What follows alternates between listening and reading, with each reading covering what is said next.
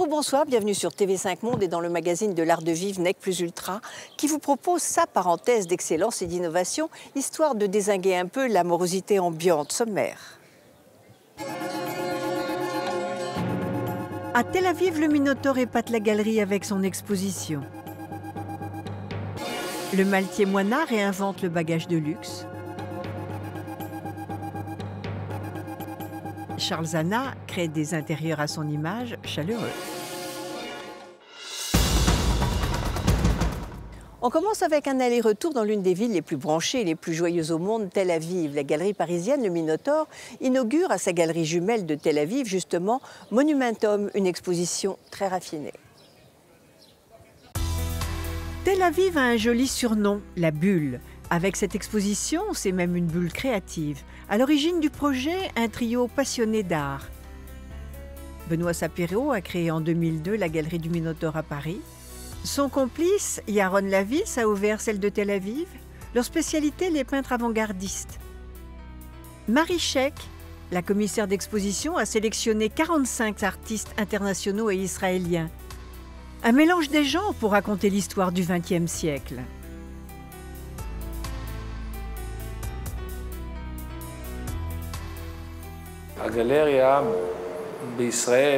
La galerie Minotaure à Paris et Tel Aviv s'occupe en général d'art d'avant-garde du début du siècle.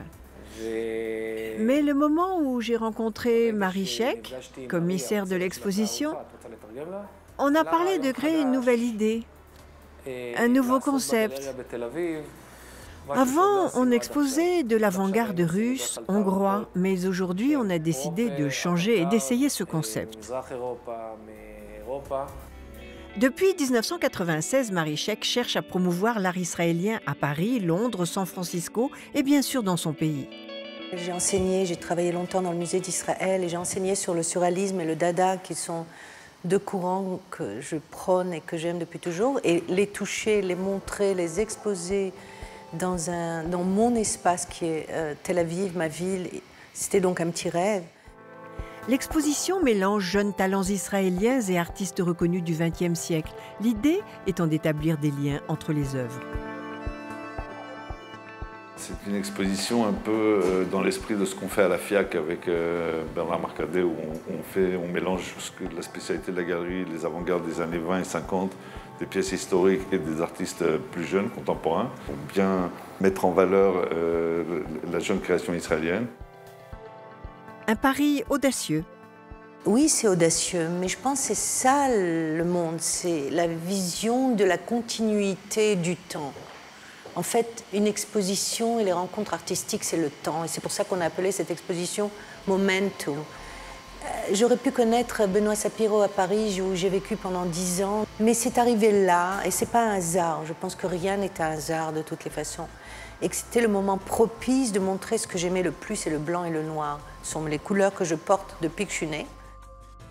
La galerie du Minotaure espère aussi surprendre ses visiteurs.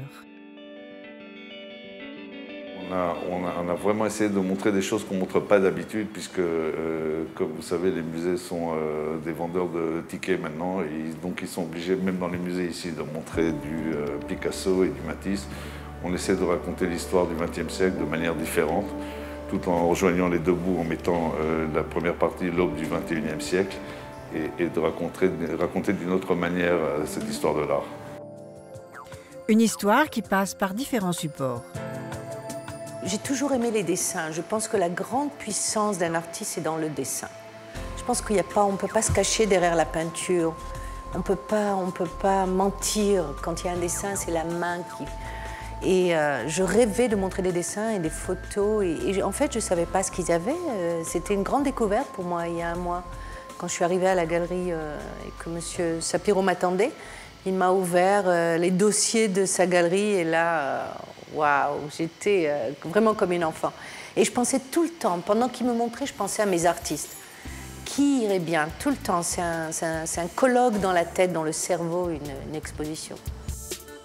Parmi les chefs-d'œuvre, un des premiers dessins de Louise Bourgeois. C'est un très très beau Louise Bourgeois, 1948, c'est les origines, c'est vraiment le début de l'œuvre de Louise Bourgeois, c'est des choses qu'on voit quasiment jamais. Pareil pour Basquiat, c'est une cartographie de Hawaï, où il avait ses habitudes de consommation de drogue.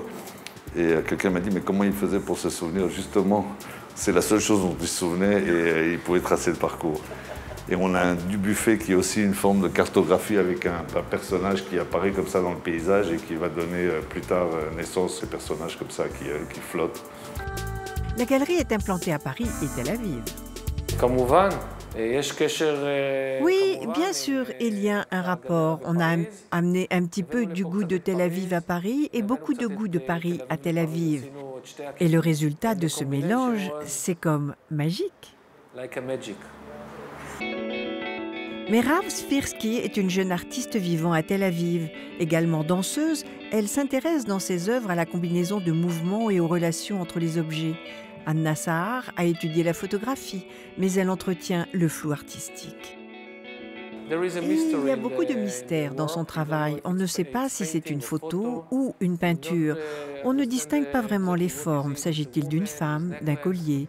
Cela donne une impression de mystère et c'est pour ça que j'aime cette œuvre. Elle est toujours aux frontières des choses. Joseph Dadoun, photographe et vidéaste, s'inspire de la société israélienne et c'est beau. Joseph qui nous montre ici une sorte de soleil noir, une sorte de jouet. On ne comprend pas ce qui monte en fait. Je sais d'où ça vient. Le travail puise dans la religion juive que lui a exercée dans sa jeunesse. Et traduire la religion juive en esthétique moderne et contemporaine, qu'est-ce qu'on veut de plus? Et il va tellement bien avec ses contemporains d'il y a 100 ans. L'art n'a donc pas d'âge. Je pense que l'intelligence de la personne, c'est de prendre son identité et de la traduire en esthétique contemporaine. Marie Scheck aime voir les œuvres à travers le prisme de la psychanalyse. Elle aurait même voulu en faire son métier. Amutal Fishman réalise ses toiles à l'encre et au crayon, des dessins tourmentés souvent sur le thème de la mythologie.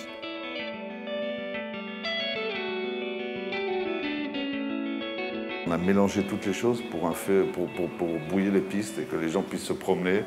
Et quelqu'un est rentré dans cette exposition et m'a dit, mais quel est le fil conducteur de l'exposition? Quel est le rapport entre les œuvres? Je lui ai dit que le rapport entre les œuvres, c'était le regard du visiteur. Et c'est lui qui devait lier toute l'exposition. Le visiteur a donc un rôle à jouer pour décrypter les œuvres. Par exemple, il peut imaginer ce qui se cache derrière les taches noires de Ken Sich. Je pense que la possibilité de créer une belle expo, c'est quand on croit que c'est un seul artiste. Et beaucoup de gens sont rentrés, ils ont dit « mais c'est un solo, il y a 50 artistes quand même ». C'est un savant mélange. J'ai essayé dans les formats, dans la matière, dans les sujets, de faire comme si c'était la création d'une seule personne. Et voilà, c'est ce que j'essaie de faire depuis 30 ans. Inaugurée en mai, l'exposition est ouverte jusqu'au 1er juillet à Tel Aviv.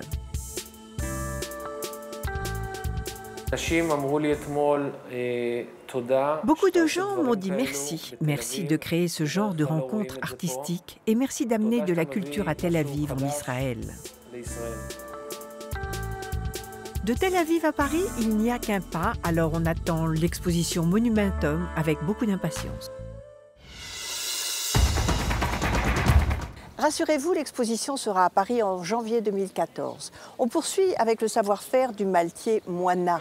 La maison a été créée en 1849 et s'est rendue célèbre à l'époque pour ses innovations qui rendaient les malles beaucoup plus légères. Aujourd'hui, il crée des objets hautement désirables. C'est une adresse qui plaira à ceux qui aiment se faire la malle élégamment. Depuis décembre 2011, Moina a de nouveau une boutique à Paris, une résurrection pour la marque qui a été rachetée et relancée par Bernard Arnault, président de LVMH. La première chose qui nous a émus, c'est de redécouvrir que Moina, c'était Pauline Moina, et qu'en fait, Pauline était la seule femme maltier au XIXe siècle dans un monde très masculin, puisque la malle, c'est d'abord de la menuiserie. C'est à cause de Pauline que la maison a en particulier développé des malles en forme, des malles qui épousaient la forme des premières automobiles, des formes qui étaient des malles qui avait un côté masculin, mais aussi un côté concave, un côté convexe. Elles épousaient en fait la forme de l'arrière des automobiles ou la forme des toits des premières automobiles. C'est avec ces modèles pour automobiles que Moina connaît son apogée entre 1910 et 1930. Tout était sur mesure. Effectivement, les dimensions de la malle étaient sur mesure, la couleur de la malle était sur mesure et toutes les finitions étaient sur mesure. Vous aviez le choix entre effectivement différents types de fermoirs. Vous pouviez avoir des renforts ou pas de renforts. Vous pouviez choisir effectivement la façon dont vous alliez personnaliser la malle et puis l'aménagement intérieur. Pour chaque malle, près de 200 heures de travail. Je vous présente une malle armoire qui date des années 1915, qui a appartenu à un président du Venezuela, qui avait été conçu ou personnalisé suivant ses desiderata, avec un côté penderie, des tiroirs.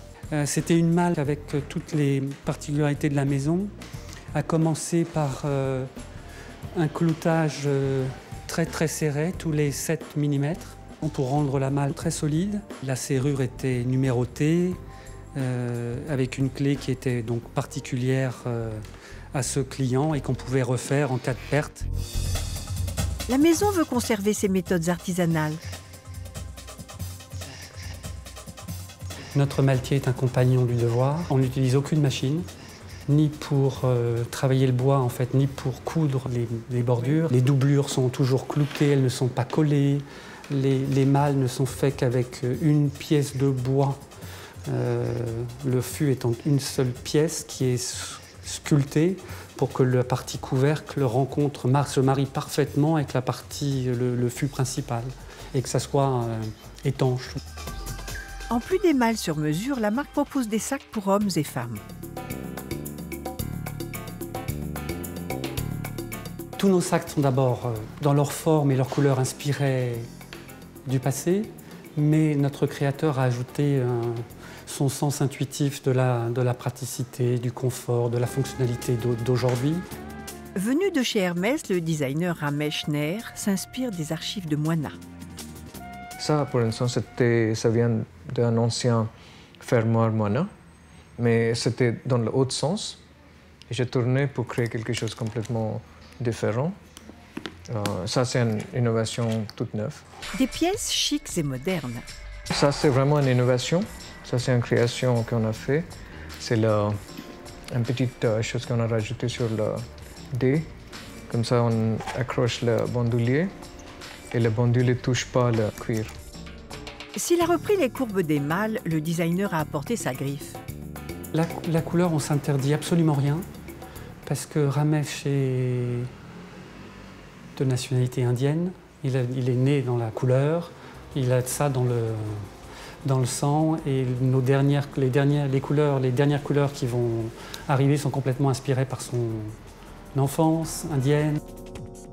Comme Pauline Moina, il a le souci du détail. Aussi, il y a un côté détail que j'adore. Et le détail qui existait avec Moina à l'époque, et c'était une partie de notre culture aussi, la tradition et détail. Cette boutique située à Paris est unique dans le monde. Pour séduire ses clients, Moina joue sur la rareté et sur l'exclusivité. On a des clients qui sont curieux, qui ont envie de découvrir de nouvelles histoires, de nouveaux territoires, de nouveaux objets, qui viennent et qui sont séduits par le design, mais surtout, je dirais, la qualité de nos produits et le grand service. C'est-à-dire qu'il faut qu'on soit très proche des clients et toujours capable de personnaliser ou d'adapter, de s'adapter aux desiderata de nos clients. En Bourgogne, des artisans confectionnent les lignes de sacs. À Limoges, un compagnon du devoir réalise les commandes spéciales. Et comment vous travaillez avec les ateliers? Vous y allez souvent? Souvent, oui. Pratiquement chaque semaine. J'ai besoin de faire pratiquement A à Z. C'est vraiment très, très précis. Je fais quelques croquis ici. Après, j'amène avec moi les idées, les choses. Je discute avec l'artisan. Et souvent, on appelle c'est un challenge pour l'artisan parce que s'ils me disent « je ne peux pas faire quelque chose », on demande pourquoi pas et on pousse jusqu'aux limites. Moina emploie 20 personnes, la moitié dans la boutique, l'autre dans les ateliers. Notre challenge, en fait, c'est d'arriver à retrouver la personnalité de la maison, et en particulier l'esprit de Pauline, et puis de développer des objets qui soient plus contemporains. Une deuxième vie pour l'un des fleurons de l'artisanat de luxe en France.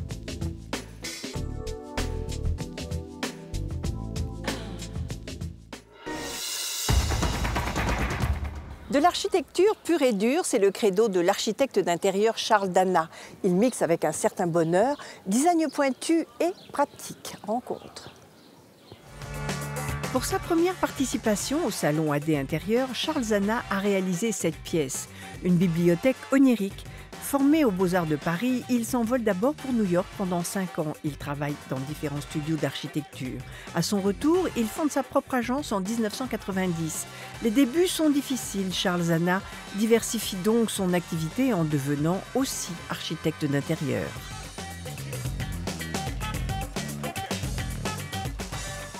J'ai fait mes études aux Beaux-Arts. Ouais. C'est une passion que j'avais en moi depuis que j'étais très très jeune. Je regardais des livres sur l'architecture et parallèlement à ça, beaucoup de livres sur l'art.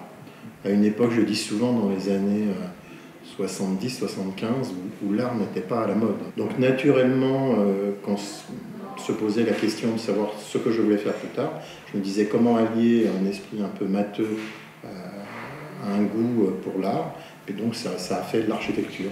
Il avait une vision assez romantique du métier. À cette époque-là, voilà, j'avais l'image de l'architecte un peu artiste, avec un costume en velours, une grande écharpe rouge ou de couleur, et voilà, qui fumait la pipe. Moi, j'étais dans cette image-là. Et alors maintenant? En école d'architecture, on nous a appris à réfléchir sur la société, à réfléchir sur les médias, à réfléchir sur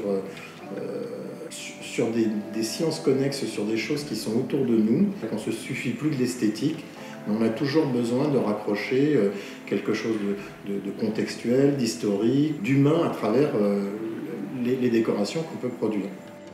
Sa signature, des ambiances chaleureuses et faciles à vivre. On part de la fenêtre, de la vue sur l'extérieur, du volume, savoir comment mettre en évidence une certaine hiérarchie dans les espaces, certaines circulations, creuser les choses avec de la lumière aussi, c'est-à-dire pouvoir trouver des endroits plus sombres, des endroits plus clairs, et mettre en scène aussi, parce qu'on a une chance, c'est d'avoir beaucoup de clients qui collectionnent, et c'est aussi de savoir créer des maisons où les œuvres d'art peuvent prendre une importance et une espèce d'autonomie les unes par rapport aux autres. Son agence imagine des concepts de boutiques pour des marques, réalise des maisons de particuliers et des aménagements pour des immeubles de bureaux. Elle emploie une quinzaine de personnes. Ce que l'on adore faire, nous, c'est de monter des équipes un peu pluridisciplinaires. C'est-à-dire que j'aime beaucoup travailler avec des éclairagistes, on aime beaucoup travailler avec des coloristes, des acousticiens. De plus en plus, on fait appel à des acousticiens. Et ça, je crois que c'est une faculté de l'architecte qui a toujours été un chef d'orchestre, beaucoup plus finalement que d'autres métiers. Aidé par son complice Richard Massol, Charles Dana a réaménagé le café Arcurial à Paris. On est complètement dans une architecture contemporaine, plutôt chaleureuse, effectivement, parce que les décors trop aseptisés ne me conviennent pas. On est peu dans le style, c'est-à-dire qu'on est peu effectivement dans la reproduction de style, de corniches, de choses comme ça. On est dans cette espèce de mouvance qu'il y a aujourd'hui, comme ça, d'une architecture contemporaine. Dans sa bouche, contemporain ne signifie pas seulement moderne. Contemporain, c'est une architecture qui se dédouane de l'ornementation inutile, qui se dédouane donc de l'effet un petit peu stylisé d'une fausse corniche, d'une fausse moulure sur une porte. Donc c'est une démarche qui techniquement s'ancre dans son temps, et dans mon cas à moi, qui en tout cas ne se fait pas l'économie d'une belle matière, d'une belle pierre, d'un beau marbre, et qui ne devient donc pas un espace immaculé, tout blanc, où rien n'arrête l'œil. C'est simplement que dans la société aujourd'hui, on tend vers depuis 100 ans en tout cas, on tend vers quelque chose qui est de plus en plus dédouané de toutes ces ornementations et de tout ce style. Le café, situé dans la célèbre maison de vente des Champs-Élysées, est ouvert au public pour le déjeuner et le dîner. Charles Zana dessine aussi des meubles qui ont une certaine poésie.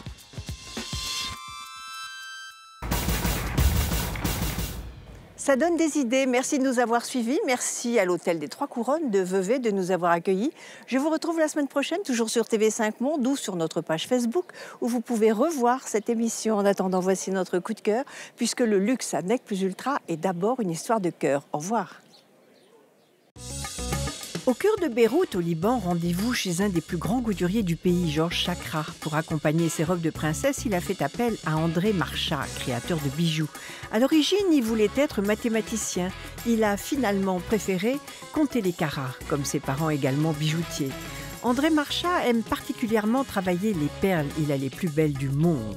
Des bijoux colorés et souvent très originaux. Le secret de son inspiration, écouter du jazz en travaillant.